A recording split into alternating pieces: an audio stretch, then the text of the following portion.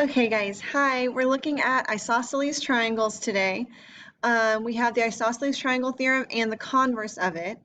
So if we're looking at the original isosceles triangles theorem, it states that if two sides are congruent, then the angles opposite those sides are congruent.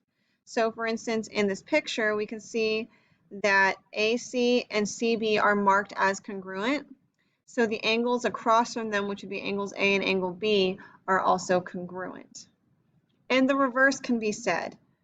If we say that two angles are equal, like angle A and angle B here, then we can say that the sides across from them are equal. So if we have an isosceles triangle like the one on the right, we have two sides that are marked equal. So the angles across from them, this angle and this angle, must be congruent. So we know then that x is 82. So how do we find the third angle in that triangle? We know the triangle sum theorem. All angles in a triangle add up to 180 degrees. So 82 plus 82 is 164.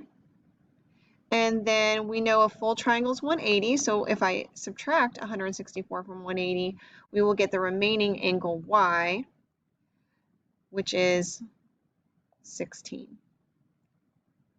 So y equals 16.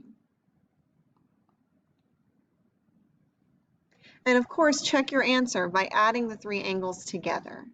16 plus 82 plus 82 to get 180 degrees. So just remember, you have to know which two angles are congruent. It's not just any two angles in the triangle. It has to be the two angles that are equal because they're across from the two sides that are equal. It's not just any two angles, okay? So keep that in mind when you're solving any problems that have to do with isosceles triangles. Thanks, guys.